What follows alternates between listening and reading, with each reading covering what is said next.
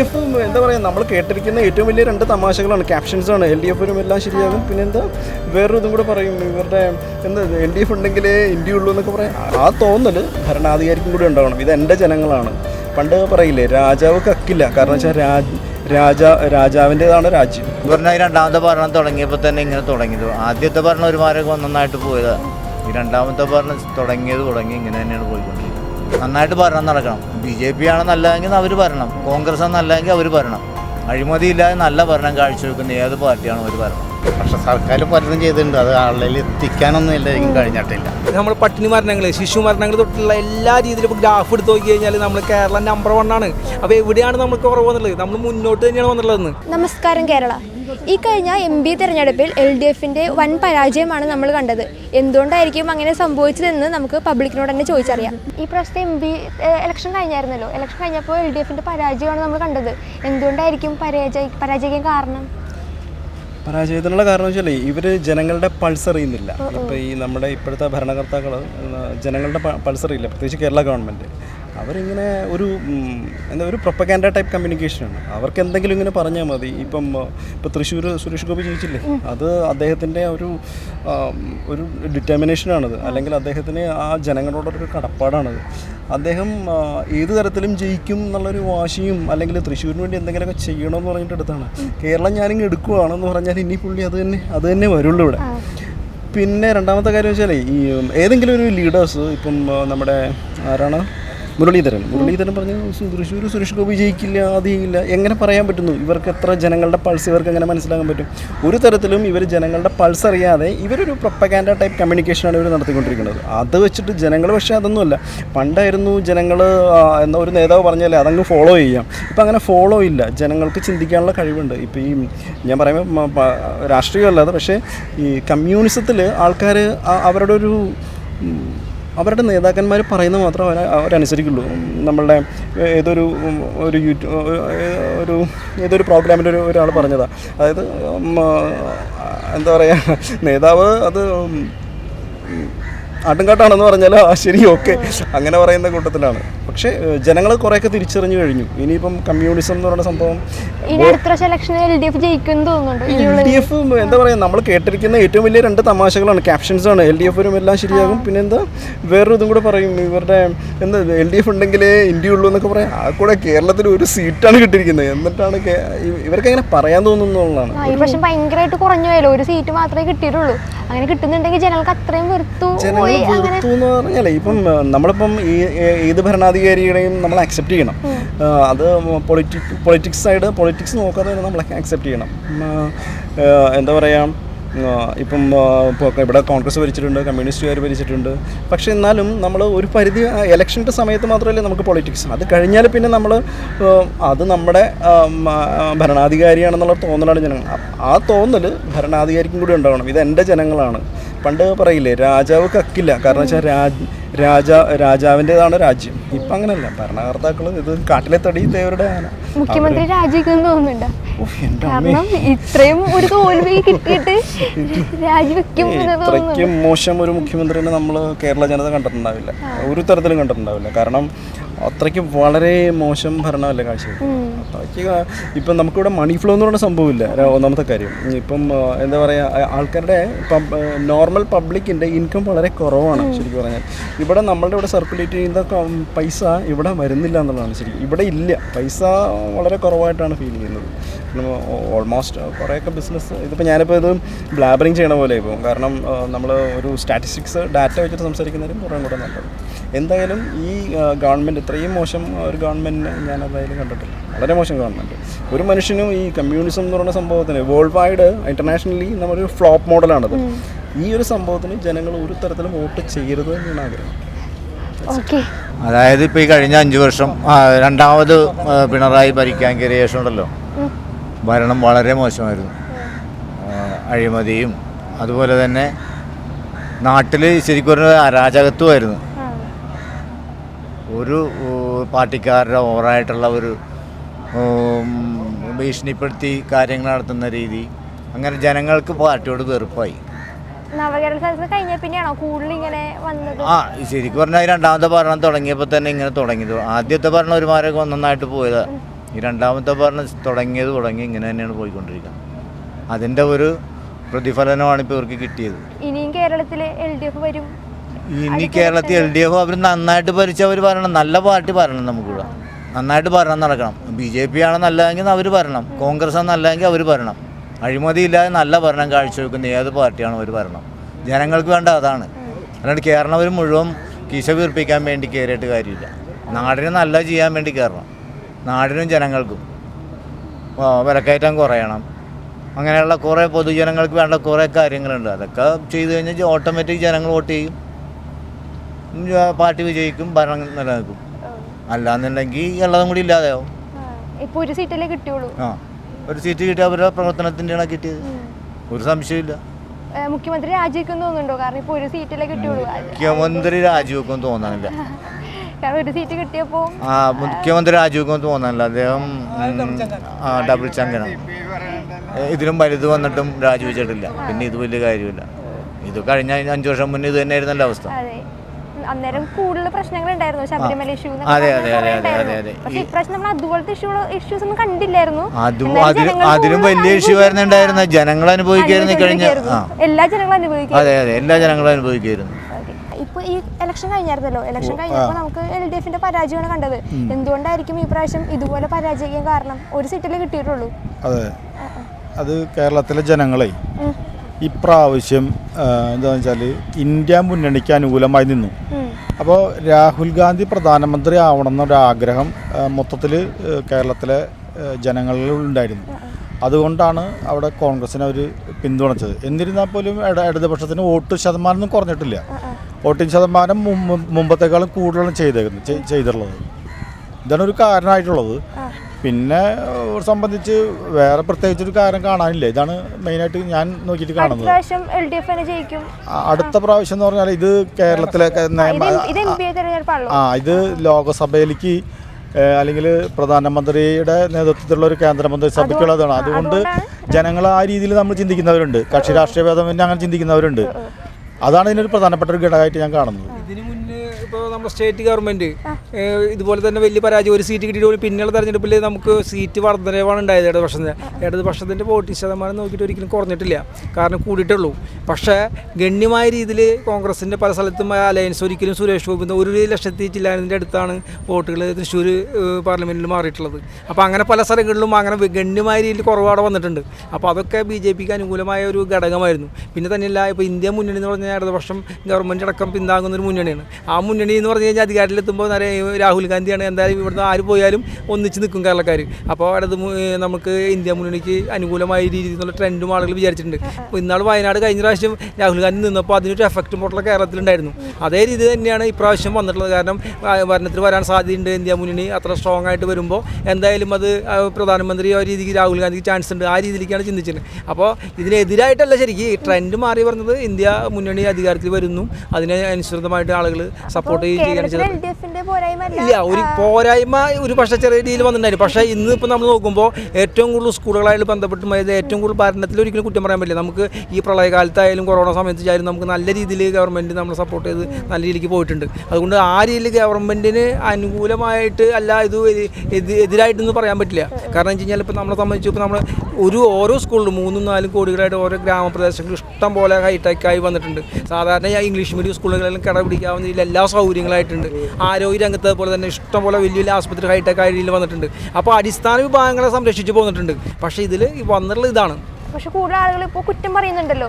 അത് ഏതും ഭരണത്തെക്കാൾ ഉപരിയായിട്ട് ഈ പ്രാവശ്യത്തെ ഭരണം പോരാ, കഴിഞ്ഞ ദിവസം ഭരണം കുഴപ്പമുണ്ടായിരുന്നില്ല, അങ്ങനെ പറഞ്ഞുകൊണ്ടാണ്. പക്ഷേ അത് കഴിഞ്ഞ 5 കൊല്ലം ഇതുപോലെ തന്നെ പറഞ്ഞിരുന്നത്. അന്നും കൃത്യമായിട്ട് പ്രതിപക്ഷത്തിൻ്റെ ഭാഗത്തായാലും മറ്റുള്ള BJP സംഘടനകളുടെ ഭാഗത്തുനിന്നായാലും വളരെ നല്ല രീതിയിലുള്ള ഒപ്പോസ് കഴിഞ്ഞ ഈ മന്ത്രിസഭയല്ല, കഴിഞ്ഞ പിണറായി ഗവൺമെൻറ്റിൻ്റെ മന്ത്രിസഭയ്ക്കകത്തും ഒപ്പോസിങ് ഉണ്ടായിരുന്നു. പക്ഷേ ജനങ്ങൾ ചിന്തിച്ചത് പിന്നത്തെ ഇപ്പോൾ ഈ 2022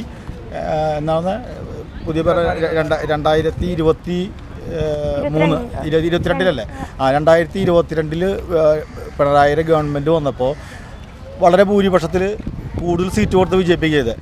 അതേ കൊല്ലം തന്നെ അതിൻ്റെ ലോക്സഭാ തെരഞ്ഞെടുപ്പിൽ ഒരു സീറ്റിലേക്ക് ചുരുങ്ങുന്ന അവസ്ഥ. ആരിഫ് മാത്രം ജയിച്ചിട്ടുണ്ടായിരുന്നുള്ളൂ അല്ലേ? അവിടെ നിന്ന് നമുക്ക് ഇടതുപക്ഷം കൃത്യമായിട്ട് അതിൻ്റെ തെറ്റുകൾ മനസ്സിലാക്കിക്കൊണ്ട് വളരെ നല്ല രീതിയിലുള്ള ക്രിയാത്മകമായ പ്രവർത്തനം കാഴ്ചവെച്ചുകൊണ്ടാണ് നമ്മൾ പിന്നത്തെ നിയമസഭ തെരഞ്ഞെടുപ്പിൽ തെരഞ്ഞെടുപ്പ് നേരിട്ട് വളരെയധികം ഭൂരിപക്ഷത്തോടുകൂടി വിജയിച്ചു. നല്ലൊരു മന്ത്രിസഭ വന്നു. നമ്മുടെ സാറ് പറഞ്ഞ പോലെ അടിസ്ഥാന ഘടകങ്ങൾ പ്രധാനപ്പെട്ട സ്കൂളുകളായിക്കോട്ടെ, അതല്ലെങ്കിൽ ആശുപത്രികളായിക്കോട്ടെ, എല്ലാ കാര്യങ്ങൾക്കും റോഡായിക്കോട്ടെ, എല്ലാ കാര്യങ്ങളിലും വിജയം തന്നുള്ളത്. പിന്നെ സൂചകങ്ങൾ നോക്കി കഴിഞ്ഞാണ്ടല്ലോ, നമ്മൾ പട്ടിണി മരണങ്ങൾ, ശിശു മരണങ്ങൾ തൊട്ടുള്ള എല്ലാ രീതിയിലും ഇപ്പോൾ ഗ്രാഫ് എടുത്ത് നോക്കി കഴിഞ്ഞാൽ നമ്മൾ കേരളം നമ്പർ 1 ആണ്. അപ്പോൾ എവിടെയാണ് നമുക്ക് കുറവ് വന്നുള്ളത്? നമ്മൾ മുന്നോട്ട് തന്നെയാണ് വന്നിട്ടുള്ളതെന്ന്. ഏറ്റവും നല്ല ഗ്രാമമായിട്ടും അതുപോലെ തന്നെ പല കുടുംബശ്രീയായിട്ട് ബന്ധപ്പെട്ട് പഞ്ചായത്തും ഒക്കെ തിരഞ്ഞെടുത്ത് നമ്മുടെ ഇന്ത്യയാണ്. അത് കേരളമാണ് പ്രത്യേകിച്ച്. ഇന്ത്യയിലെ ഏറ്റവും നല്ല നഗരത്തിൽപ്പെട്ടതാണ് നമ്മുടെ കേരളം. അപ്പോൾ അത്രമാത്രം ടൂറിസ്റ്റുകൾ ആകർഷിക്കപ്പെടുന്നുണ്ട്. അപ്പോൾ അവിടെ നല്ല കുറവ് വന്നിട്ടുള്ളത്. കാരണം ഇന്ന് നമ്മൾ നോക്കുക, എല്ലാ സൂചകങ്ങളും നമ്മൾ നമ്പർ 1 ആണ് കേരളം. അപ്പോൾ എവിടെയാണ് നമ്മൾ കുറവ്? ശിശുമരണ നിരക്ക് ഏറ്റവും നല്ല ആരോഗ്യം, ഇതിലുള്ള ഏറ്റവും കൂടുതൽ സമാധാനം ജീവിക്കാൻ പറ്റിയ അന്തരീക്ഷം, ഇതൊക്കെ നമ്മൾ നമ്പർ 1 ആണ്. ഇപ്പൊ നമ്മളിപ്പോ വെള്ളപ്പൊക്കം വരുമ്പോഴും മഴയൊക്കെ പെയ്യുമ്പോഴും നമ്മുടെ അവസ്ഥ അറിയാലോ, എറണാകുളത്തിന്റെ അവസ്ഥ അറിയാലോ. അപ്പോൾ നല്ലൊരു പാർട്ടി ഇല്ലാത്തതുകൊണ്ടാണോ നമുക്ക് ഇങ്ങനെയൊക്കെ വരുന്നത്? അതായത് ഇപ്പൊ ജനങ്ങൾ കുറെ പഠിക്കാനുണ്ട്. ജനങ്ങളെ സംബന്ധിച്ച് ഇപ്പോൾ പ്ലാസ്റ്റിക് മാലിന്യങ്ങൾ നമ്മൾ പുഴ ആയിക്കോട്ടെ, ഇതായിക്കോട്ടെ, എത്ര നമ്മൾ പറഞ്ഞു കഴിഞ്ഞാൽ നമ്മൾ തൊട്ടപ്പുറത്ത് ഇടുന്ന കാനകളൊക്കെ ബ്ലോക്ക് ആവുകയാണ്. അപ്പോൾ പെട്ടെന്ന് ഇപ്പോഴത്തെ ഒരു മഴയ്ക്കൊരു പ്രത്യേകത. പണ്ടെന്ന് പറഞ്ഞു കഴിഞ്ഞാൽ നമുക്കൊരു കാലവർഷം എന്ന് പറഞ്ഞു കഴിഞ്ഞാൽ ഒരു ഇത്ര ടൈം നീണ്ടിരുന്നു. പക്ഷേ ഇന്ന് ഒരു ആഴ്ച പെയ്യണ മഴയാണ് ഒരു ദിവസം പെയ്യണേ. അപ്പോൾ അങ്ങനെ വരുമ്പോൾ സാധാരണ നമ്മുടെ സ്ഥലങ്ങളിലൊക്കെ വെള്ളം പെട്ടെന്ന് കുത്തി ഉയർന്ന് വരുന്നുണ്ട്. ആ ഒരു പ്രശ്നമുണ്ട്. ഇന്ന് കാണുന്ന പാടങ്ങൾ നികത്തിക്കൊണ്ട് ബിൽഡിങ് വന്നു. ഇന്നിപ്പോൾ ഇടതുപക്ഷം അതായത് എറണാകുളം പോലുള്ള സ്ഥലങ്ങളിൽ കൂറ്റം ബിൽഡിങ്ങുകൾ വന്നു. വെള്ളം ഒഴുകാൻ സ്ഥലമില്ല. അതിപ്പോൾ ഏത് ഭരണം വന്നാലും ഇവിടെ വെള്ളക്കെട്ടുണ്ടാവും. എല്ലാം തോന്നുന്നുണ്ട് കൊച്ചിയിൽ വെള്ളക്കെട്ടുണ്ടാവാണ്ടിരിക്കും. അല്ല, അത് കൃത്യമായിട്ട് ക്രിയാത്മകമായി ഇടപെടേണ്ടതാണ്. അത് ഇവിടുത്തെ ഭരണകർത്താക്കൾ, അത് ഇവിടുത്തെ കോർപ്പറേഷൻ ആയിക്കോട്ടെ, അല്ലെങ്കിൽ ചെയ്യേണ്ടതാണ്. പക്ഷേ എങ്ങനെയൊക്കെ ഇടപെട്ടാലും എറണാകുളം സിറ്റി എന്ന് പറഞ്ഞാൽ എന്തായാലും വെള്ളം തടഞ്ഞു. കാരണം അതേപോലത്തെ ബിൽഡിങ്ങുകളാണ് ഇവിടെ വന്നിട്ടുള്ളത്. അതുകൊണ്ടാണ് ഈ പ്രാവശ്യം ഇലക്ഷൻ നമ്മൾ LDFന്റെ പരാജയമാണല്ലോ കണ്ടത്. എന്തുകൊണ്ടായിരിക്കും പരാജയം? അതായത് LDFും UDFും മുസ്ലിങ്ങളെ ചേർത്ത് പിടിക്കണമെന്നുള്ളതാണ് നമ്മുടെ അഭിപ്രായം. പക്ഷേ ഭീകരവാദികളായിട്ടാണ് കൂടുതൽ അടുപ്പം. അത് ജനങ്ങളുടെ ഇടയിൽ വളരെയേറെ ദോഷം ചെയ്തിട്ടുണ്ട്. മുസ്ലിങ്ങൾ നല്ലവരുണ്ട്, അവരെ ചേർത്ത് പിടിക്കണം, അതിനൊരു തർക്കമില്ല. പക്ഷേ ഇവിടെ നടക്കുന്നത് എന്താണെന്ന് വെച്ചാൽ നമുക്കറിയാമല്ലോ, നിങ്ങൾ മീഡിയയിൽ കാണുന്നതല്ലേ, ഓരോ പ്രസ്ഥാനങ്ങളുടെയും വേറെ രീതിയിലുള്ള പ്രവർത്തനങ്ങൾക്ക് അവരെന്ത് ചെയ്താലും ഇവിടെ ചോദിക്കാനും പറയാനും ആരുമില്ല. ജീപ്പ് കത്തിച്ച് കാക്കനാട് കിഴക്കമ്പലം, ഇവിടെ ബോംബ് പൊട്ടിച്ച് കളക്ട്രേറ്റിൽ, പിന്നെ അഭിമന്യുവിൻ്റെ കൊലപാതകം, ഇതൊന്നും അവരെന്ത് ചെയ്താലും ഒരു നടപടിയില്ല. അപ്പോൾ അങ്ങനെ വരുമ്പോഴേക്കും ജനങ്ങൾക്കൊരു തെറ്റായ മെസ്സേജാണ് പറഞ്ഞത്. ആര് തെറ്റ് ചെയ്താലും ഹിന്ദു ആയാലും ക്രിസ്ത്യാനി ആയാലും മുസ്ലിം ആയാലും നടപടി എടുക്കണമെന്നുള്ളതാണ് എൻ്റെ അഭിപ്രായം. പക്ഷേ ഇവിടെ ചെയ്യുന്നതെന്ന് വെച്ചാൽ ഒരു കുറേ പേർക്ക് അത് ഫ്രീ ആയിട്ടുള്ള ഇതും മറ്റുള്ളവരെ ഇത് ചെയ്യുകയും ചെയ്യും. ഏത് ജാതി മതമൊന്നും നോക്കണ്ട, നല്ല മുസ്ലിങ്ങളുണ്ട്. അവരാ ഏത് മുന്നണിയായാലും ഇടതായാലും UDF ആയാലും LDF ആയാലും ചേർത്ത് പിടിക്കണം. അതിനൊന്നും ആരും എതിരല്ല. പക്ഷേ ഇവിടെ പിടിക്കുന്നത് അങ്ങനെയല്ല. അപ്പം പിന്നെ ഭരണമായിട്ട് ബന്ധപ്പെട്ട് ഒരുപാട് കംപ്ലൈൻറ്റുകൾ വന്നിട്ടുണ്ട്. പെൻഷനില്ല, പിന്നെ പൊതുവെ എപ്പോഴും പൈസയില്ല എന്തിനും അവരുടെ ദൂരത്തിനൊക്കെ പൈസ ഉണ്ട്. അപ്പോൾ അങ്ങനെ വരുമ്പോൾ ജനങ്ങൾ ഇത് അറിയണമല്ലേ. പണ്ടെന്ന് വെച്ച് കഴിഞ്ഞാൽ കവലപ്രസംഗമുള്ളൂ. ഇപ്പം അങ്ങനെയല്ല, മീഡിയയിൽ എല്ലാവരും അറിയുന്നുണ്ട് എന്താ നടക്കണേന്ന്. ഇവർ ഇത്രയും പരിപാടിയൊക്കെ നടത്തിയിട്ട് എന്താണ് ഇവർ പുറകോട്ട് പോകണമെന്ന് മനസ്സിലാവുന്നത് എനിക്ക് മനസ്സിലായത് ഇതാണ്. ജനങ്ങളുടെ ആവശ്യത്തിന് പണമില്ല, അല്ലാത്ത പരിപാടികൾക്ക് ദൂർത്തടിക്കാൻ പണമുണ്ട്. അതൊക്കെ തെറ്റായ നടപടിയാണ്. നമുക്ക് അടിസ്ഥാനപരമായിട്ട് വേണ്ട പല കാര്യങ്ങളും നടക്കുന്നില്ല എന്ന് തോന്നുന്നുണ്ടല്ലോ. തീർച്ചയായിട്ടും എന്തെല്ലാം ചെയ്യപ്പോൾ തന്നെ ഇവർ ജയിക്കാത്തത് വേറെ, അത് നമ്മൾ വിഷയമല്ല. ഞാൻ പറഞ്ഞത് ഏത് ജാതി മതം നോക്കേണ്ട ആവശ്യമില്ല. ആര് തെറ്റ് ചെയ്താലും തെറ്റ് തന്നെയാണ്. അത് അംഗീകരിച്ചിട്ടുണ്ട്, അത് ആ രീതി പോവുക. ഇത് ഇവരുടെ കുറേ, ഞാൻ പ്രത്യേകിച്ച് പേരെടുത്ത് പറയുന്നില്ല, ചില സംഘടനകളുടെ ആൾക്കാർ എന്ത് ചെയ്താലും ഇവിടെ കുഴപ്പമില്ല എന്നുള്ള ഒരു തോന്നൽ വന്ന് നിൽക്കുന്നു ജനങ്ങൾക്ക്. മറ്റുള്ള ജനങ്ങൾക്ക് തോന്നാൻ അവർക്ക് മാത്രം എന്തിനും റെഡി. അതൊക്കെ തെറ്റായ നടപടിയാണ്. അതാണ് എനിക്ക് പറയാനുള്ളത്. പിന്നെ ഇപ്പോഴത്തെ അവസ്ഥയിൽ ഇതൊക്കെ നമ്മുടെ ഇവിടെ നാട്ടിൽ ഭയങ്കര സാമ്പത്തിക ഒക്കെ ആയിട്ട് ഇരിക്കുന്നതുകൊണ്ട് അതും ഒരു വിഷയമുണ്ട്. ഏത് മുന്നണി വെച്ചോട്ടെ, അതിനൊന്നും കുഴപ്പമില്ല. LDFനോ UDFനോ ആരും എതിരല്ല. പക്ഷെ ഇങ്ങനെ ചെയ്യുമ്പോൾ അച്ഛനെ ഒരു പള്ളിയിൽ അച്ഛൻ്റെ മേത്ത് വണ്ടി കയറ്റാനൊക്കെ പോകുമ്പോൾ അവർക്ക് പ്രൊട്ടക്റ്റ് കൊടുക്കേണ്ട ആവശ്യമില്ല, നടപടിയെടുക്കണം. ഞാനതാ പറഞ്ഞത്. അപ്പോൾ ഒരേ ഇത് തരം തിരിച്ചുള്ള നടപടി എടുക്കുന്നത് ശരിയല്ല. തെറ്റാരുടെ ഭാഗത്താണോ അതിന് നടപടി എടുത്തേ പറ്റൂ, അല്ലാണ്ട് ഇതുപോലെയുള്ള ഗിമിക്കുകൾ കാണിച്ചിട്ട് കാര്യമില്ല. ഇത് നല്ലൊരു വീഴ്ച വന്നിട്ടുണ്ട് ശരിക്കും ഭരണത്തിൽ. ഇനി LDF-നൊരു പുതിയൊരു വരവുണ്ടാവും എന്ന് വരട്ടെ, അതിനൊന്നും ഞാൻ പറഞ്ഞില്ലേ, നമുക്ക് രാഷ്ട്രീയത്തിൽ അങ്ങനെ ആര് ഭരിക്കുന്നു എന്തെന്നുള്ള ജനങ്ങൾക്ക് വേണ്ടി ഭരിക്കുക ആരായാലും.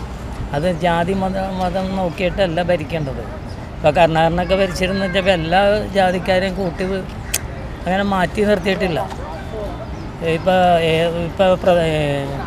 മുഖ്യമന്ത്രി ഒരാളാണെങ്കിൽ അടുത്ത ഇതിൽപ്പെട്ട ആളായിരിക്കും പാർട്ടിയുടെ. ഇപ്പൊ മോദിയുടെ 3ാം വരവാണല്ലോ, അതിലെന്താ പറയാനുള്ളത്? സന്തോഷമാണോ? സന്തോഷമുള്ളൂ. കാരണം എന്താ വെച്ചാൽ നാടിന് വേണ്ടി എന്തെങ്കിലും ചെയ്യുന്നുണ്ട്. നമ്മളത് കണ്ണടച്ചിട്ടാക്കിയിട്ട് കാര്യമില്ല. ഇപ്പം ഞാൻ പറയുമ്പോൾ ചിലപ്പോൾ ചിലർക്ക് ഒബ്ജക്ഷൻ ഉണ്ടാകും, പക്ഷേ അത് ശരിയായ രീതിയിൽ നമ്മുടെ റോഡ് ഗതാഗതങ്ങളും അടിസ്ഥാനപരമായ കാര്യങ്ങൾ, റെയിൽ, എയർപോർട്ടുകൾ, എയർപോർട്ടൊക്കെ സാധാരണക്കാർക്ക് പ്രശ്നമല്ല, എങ്കിൽ പോലും നാടിൻ്റെ പ്രശ്നങ്ങൾ അത് അംഗീകരിക്കാണ്ട് നമുക്ക് മാറി നിന്നിട്ട് കാര്യമില്ല. അപ്പോൾ മോഡി സർക്കാർ ഈ കഴിഞ്ഞ പ്രാവശ്യം ഭരിച്ചത് നല്ല രീതിയിലാണ്, അതേപോലെ ഇനിയും ഭരിക്കണമെന്നുള്ള ആഗ്രഹമാണ് നമുക്ക് പാർട്ടി നോക്കിയിട്ടോ അല്ലെങ്കിൽ ജാതി നോക്കിയിട്ടോ കാര്യം. നമ്മുടെ നാട്ടിലെ ജനങ്ങളെ സംരക്ഷിക്കണം, ഏത് മുന്നണിയായാലും. അത്ര എനിക്ക് പറയാനുള്ളൂ. അതല്ല ശരി. അല്ലാണ്ട് ഇത് ഞങ്ങൾ വേറെയാണെന്നുള്ള തോന്നൽ ഒരു ജാതിക്കാർക്കും പാടില്ല. ക്രിസ്ത്യാനികളെയും വേണം, ഹിന്ദുക്കളെയും വേണം, മുസ്ലിങ്ങളെയും വേണം. മുസ്ലിങ്ങളുടെ പറയുമ്പോൾ അതിൻ്റെ അകത്ത് നല്ല ആൾക്കാർ ഒരുപാടുണ്ട്. അത് അവരെയൊക്കെ ചേർത്ത് നിർത്തണം, ഏത് മുന്നണിയായാലും. അതിലൊന്നും വിട്ടുവീഴ്ച ചെയ്യണ്ട.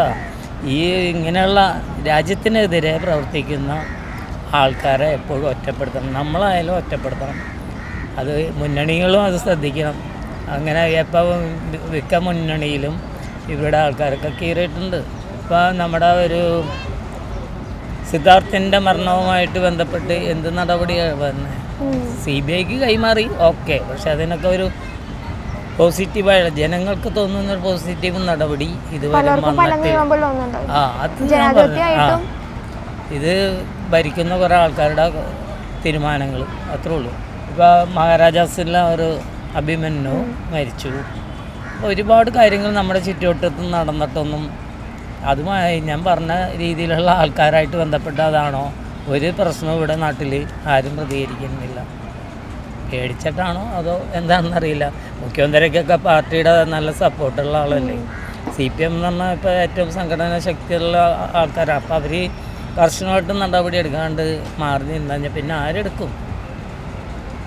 മനസ്സിലായി. നമുക്ക് LDF-നോ UDF-നോ എതിരല്ല, പക്ഷേ ഇങ്ങനെയുള്ള കാര്യങ്ങൾ വരുമ്പോൾ രാജ്യത്തിനെതിരെയോ അങ്ങനെ എടുക്കുന്ന ഓരോ പരിപാടിക്കും ശക്തമായ നടപടി എടുക്കണമെന്ന് പറഞ്ഞാൽ രാജ്യം ഉണ്ടെങ്കിലല്ലേ. അതായത് കാരണന്മാർ പറഞ്ഞിട്ട് ചുവരുണ്ടെങ്കിൽ ആ ചിത്രം വരയ്ക്കാൻ പറ്റുള്ളൂ. അപ്പോൾ നമ്മുടെ രാജ്യം ഉണ്ടെങ്കിൽ നമുക്ക് ഭരണങ്ങൾ LDF ആയാലും UDF ആയാലും നടത്താൻ പറ്റുള്ളൂ എന്നാണ് എൻ്റെ അഭിപ്രായം. ഞാൻ ശരിക്കും പറഞ്ഞാൽ ഞങ്ങൾ LDF കാരാണ്, ഞാനല്ല, ഞങ്ങളെ കുടുംബം LDF കാരാണ്. പക്ഷേ ഇത്തവണ കഴിഞ്ഞ അവിടുത്തെ മാതിരി അല്ലായിരുന്നു. അതിപ്പോൾ ഞാനെന്നല്ല എല്ലാവരും പറയുന്നതാണ്. ശേഷം പോലീസിൻ്റെ ഒരു പ്രശ്നം, ആഭ്യന്തരത്തിൻ്റെ ചില പ്രശ്നം ഉണ്ടായിട്ടുണ്ട്. പിന്നെ LDF-നെ സംബന്ധിച്ചിട്ട് ആളുകൾക്ക് ഉള്ള ധാരണ, പണ്ട് കോൺഗ്രസ് ഭരിച്ചിരുന്നപ്പോൾ 16 മാസമൊക്കെ പെൻഷൻ ഉണ്ടായിരുന്നു. LDF സർക്കാർ എന്ന് പറയുമ്പോൾ ജനങ്ങളുടെ പാവപ്പെട്ടവരുടെ സർക്കാരാണെന്നുള്ള ധാരണയാണ്. അപ്പോൾ പെൻഷനൊക്കെ ഇങ്ങനെ കൂടുതൽ വന്നപ്പോൾ ഒക്കെ ഒരു ബുദ്ധിമുട്ടൊക്കെ ആയിട്ടുണ്ട്. അങ്ങനെ ഒരുപാട് കാര്യങ്ങൾ വന്നിട്ടുണ്ട്. ഇനിയും ജയിക്കും എന്ന് തോന്നുന്നുണ്ടോ? ഇനി തിരിച്ചുവരവ് ഉണ്ടാവും? തീർച്ചയായിട്ടും ശ്രമിച്ചാലേ ഉണ്ടാകണം. അതാ ഒരു ആളുടെ ജനങ്ങൾക്കൊരു. പിന്നെ ഇപ്പോഴത്തെ ഇത് എന്ന് പറയണത് ശരിക്കും BJP-നെ പേടിച്ചുകൊണ്ടുള്ള ഒരു മുന്നേറ്റമാണ് കോൺഗ്രസിന് ഉണ്ടായിരുന്നത്. അവിടെ കേന്ദ്രത്തിൽ അവരെ കൊണ്ട് എന്തെങ്കിലും ചെയ്യാൻ കഴിയുള്ളൂ എന്നുള്ള നിലയ്ക്ക് തന്നെയാണ് എല്ലാവരും. മോദിയുടെ 3ാം വരവിൽ എങ്ങനെയുണ്ട്? ഏതായാലും കഴിഞ്ഞ തവണത്തെ മാതിരി ഒന്നും ഉണ്ടാവുമല്ലോ. മോദി കുറച്ചും കൂടി എല്ലാം കൂടി പെട്ടെന്ന് എടുത്ത് പിടിച്ചൊന്നും പറഞ്ഞൊന്നും ചെയ്യാൻ പറ്റില്ല. ന്യൂനപക്ഷങ്ങൾക്കെതിരായിട്ടൊന്നും ഒന്നും ചെയ്യാൻ പറ്റില്ല. ഇപ്പോൾ നല്ല സ്ട്രോങ് ആയൊരു പ്രതിപക്ഷം ഉണ്ടല്ലോ. അതല്ലേ പിണറായി സർക്കാർ വന്നെന്നാണ് എൻ്റെയൊക്കെ ആഗ്രഹം. അപ്പോൾ ഇതുകൊണ്ട് അവർക്ക് ഒരു പക്ഷേ LDF വന്നു കഴിഞ്ഞാൽ ഇപ്പോൾ ഭരണം കൊള്ളൂല എന്നല്ല പറയുന്നത്. ഉള്ളൂന്ന് പറഞ്ഞാൽ കഴിഞ്ഞാണത്തെ ഭരണം മറ്റേ അഴിമതി നടക്കുന്നുണ്ട്. 2018 അല്ല ഇപ്പോൾ വന്നേക്കണത് കുറച്ചും കൂടി ഇതാണ്. പക്ഷെ സർക്കാർ പലതും ചെയ്തിട്ടുണ്ട്, അത് ആളുകളിൽ എത്തിക്കാനൊന്നും എല്ലാവർക്കും കഴിഞ്ഞിട്ടില്ല. ഇപ്പൊ നവകേരള കേന്ദ്രത്തിൻ്റെ പിടിവാശിയും പിടിവലിയും കാരണം ഒരുപാട് ഇതൊക്കെ മുടങ്ങി പോയിട്ടുണ്ട്.